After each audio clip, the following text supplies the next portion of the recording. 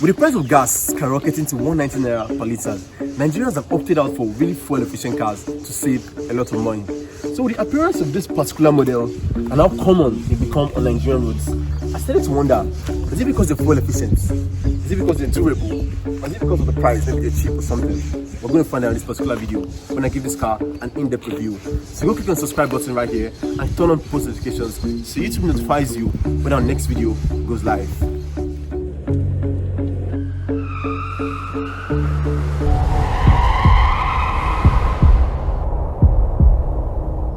Right from the front, you have this really bold Kia logo right here, and you have this chrome coating that goes all the way this tiger nose grille. And this tiger nose grille reminds me of electric vehicles in the sense that they're all kind of shut off and air intake doesn't really happen here. So this is where the air goes into through the engine. Down here you have also some vents for air intake. Also, when you come all the way here, you have like two flaps here that open to push air into the brakes so you can cool down the brakes. Up here you have adaptive headlights that are really bright at night, and you have the trafficating lights here. On the side profile of this car, you have 15-inch alloy rims, and you also get a 2.7 meter wheelbase and a 5.5-inch ground clearance, which is considerably good for this class. This is the fourth generation of this car, and when it comes to the body design, there hasn't been any noticeable change to difference on the body lines of the previous generations. So I guess this looks the same in the last generation. The only noticeable difference would be on the headlights. Getting into this car at the back, what I've noticed is you have better sound insulation, and you also have pretty decent headroom. But if you're 6 feet, you have to slouch a little bit for you to get enough headroom. Then the new room is kind of good also, but what slightly let me down is the fact that you don't have pockets on the driver's side. You only have pockets on the passenger side. One of that thing is you can't bring this part down for you to review armrests and cup holders. Instead, they give you this boring, I don't even know if these things are cup holders because they're not like, they don't have a particular shape. You put bottles here, you just keep wiggling around. And there's even another one here that can fit a small bottle. I don't really know what the use is. And this can actually sit three people comfortably because there is no transmission hump here that's intruding into the legroom. So I guess that's quite okay. And you don't also get air vents for back passengers or USB ports to charge. That isn't nice one bit. Let's go to the front. So right here in the front, you can see the key. This is the switch. You have the switchblade kind of key, so just slot it in. And I like how quiet this car is, really quiet. And right here on the steering wheel, it looks really good, although you don't get heated steering wheel and it's not actually stitched in leather. It feels kind of cheap, but works. And down here you have the audio controls on this side, and you have two other buttons for trip and resets. You don't get cruise control on this particular model. And also on the gauge cluster, come and see, on the gauge cluster you have the basic gauge cluster with a small digital screen in front with a trip computer and some other informations about the car. Down here you have a dual zone manual climate control system. You have an aux port here, you have a USB port, and you have a 12-volt socket here. Also here you have a small storage compartment where you can put your phones, your coins, your keys, but it doesn't have any cover at all, so you just keep wiggling around. Here you have gloss black plastic. You have a 6-speed automatic transmission. I hate this. I don't know if I mentioned in one of my videos. I really hate this leather boots that goes around gear selectors. Up here you have a very small infotainment screen. On the like upper trims of this car, you actually get a floating 7-inch infotainment screen that comes with Apple CarPlay and Android Auto, but not on this one. So this one is just a very small screen that shows your radio stations. And the air vents, the AC vents, remind me of the GLE 63.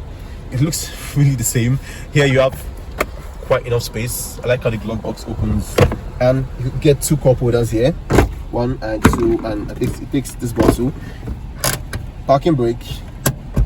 And yeah, these chairs are made of cloth, the fabric. They're not leather seats, but they still feel really comfortable for the fact that it's really soft. You have the sideboard styles that hold you in place, and I like this honeycomb pattern that you can see here.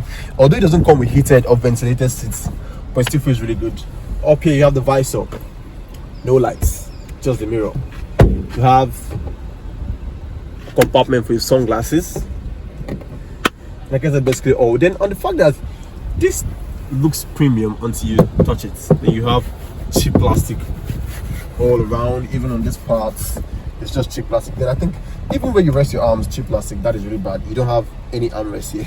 So how you put your hands when driving? Then down, you can only get powered one way on the driver's side. It only works on this side. The other parts, you have to hold them down for it to go all the way down. This car is not the best premium of car you get in the market, but for this price, I think it really works. Compared to the Toyota Corolla, or let me say the Ford Fiesta, this class really stands out in that segment.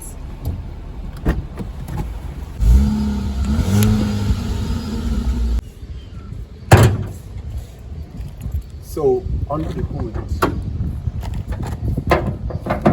you get a 1.4 liter inline 4 engine, and this puts out 130 horsepower and 119 pound-feet of torque.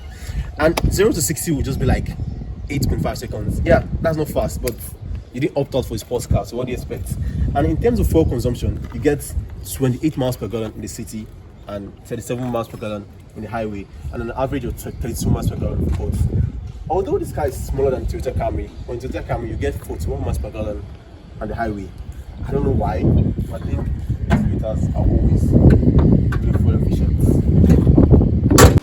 So this car also comes with some safety features like traction control, emergency braking, dusk sensing headlamps, lane departure warning, dual front side mounted airbags, 4-wheel anti-lock braking system, and passenger airbag with occupant sensing deactivation. So when it comes to the aesthetics of this car, I'll give it a tick. When it comes to how elegant it's looking compared to its competitors in its class, I'll give it a tick. And when it comes to fuel consumption, I'll give it a tick also. So what about the price? This car costs around 8 million naira for brand new, and it costs around half the price, that's 4 million naira for foreign use. And if I was to give this a buyer rating over 10, I'll give it a 7. 7 is a very good thing for this kind of car, and I can actually advise someone to buy this car for a daily drive. I didn't have the chance to take this car for a spin, but I came with this car to this location and it feels really, really good to drive. So click on the subscribe button, smash the like button if you like the review I made on this Kia Rio, and follow me on Instagram. All the links down will be down below in the description. Follow me on Instagram and click the subscribe button. Don't forget to subscribe.